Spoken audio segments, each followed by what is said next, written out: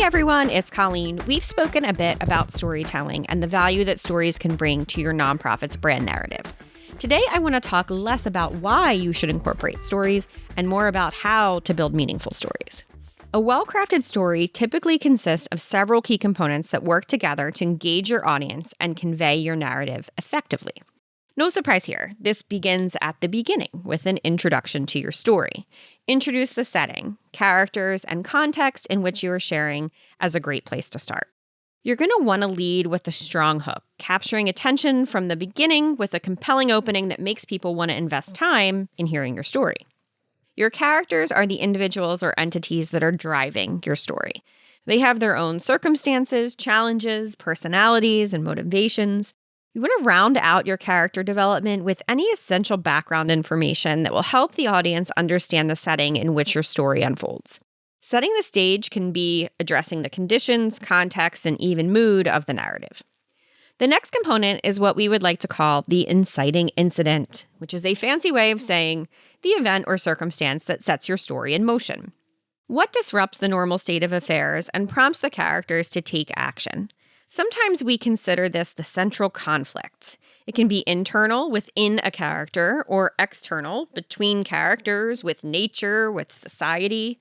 But keep in mind that while conflict as a word itself often has a negative connotation, not all conflict is expressly negative. Some is just the nature of navigating difficult or challenging circumstances. Once we understand the impetus of the story, we need to introduce the series of events that build tension and lead the story toward a climax. Back in school, we called this plot development.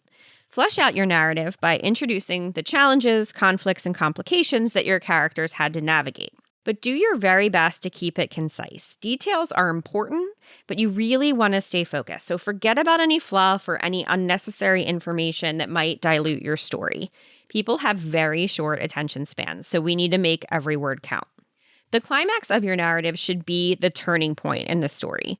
This is typically the most intense moment where that central conflict reaches its peak. If we were writing a thriller, this would be the moment of greatest suspense and impact.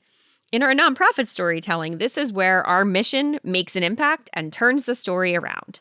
And then in the aftermath of that climax, the story starts to wind down. Loose ends get tied up, and the resolution of that central conflict begins. Our key characters are settling into a better future state as a result of our intervention. Our conflict or challenge has been addressed or solved, and our characters are experiencing the upside of this altered outcome.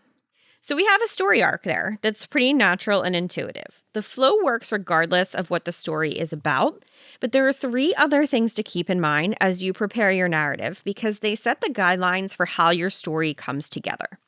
First is the point of view.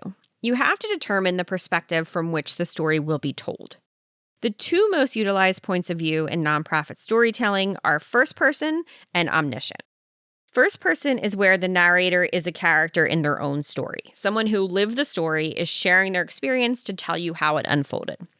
Omniscient is where the narrator knows the thoughts of all the characters and knows what is happening in the story at all points in time, but they're a third party recounting the story across all of the parties involved. Second is the tone you want to set. Tone is the overall mood or attitude of your story. You might aim for humorous, suspenseful, unbelievable, or any other emotional quality that you want people hearing the story to feel.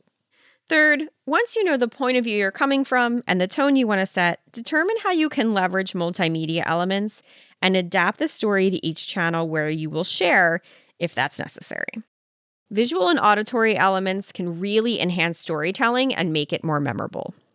With an understanding of the point of view you want to share from, the tone you've established, and the multimedia components you're going to use to move through your story arc, you can really create a rich and engaging narrative that's going to capture your audience's attention and leave a lasting impression. We want to drive engagement with our brand and our mission.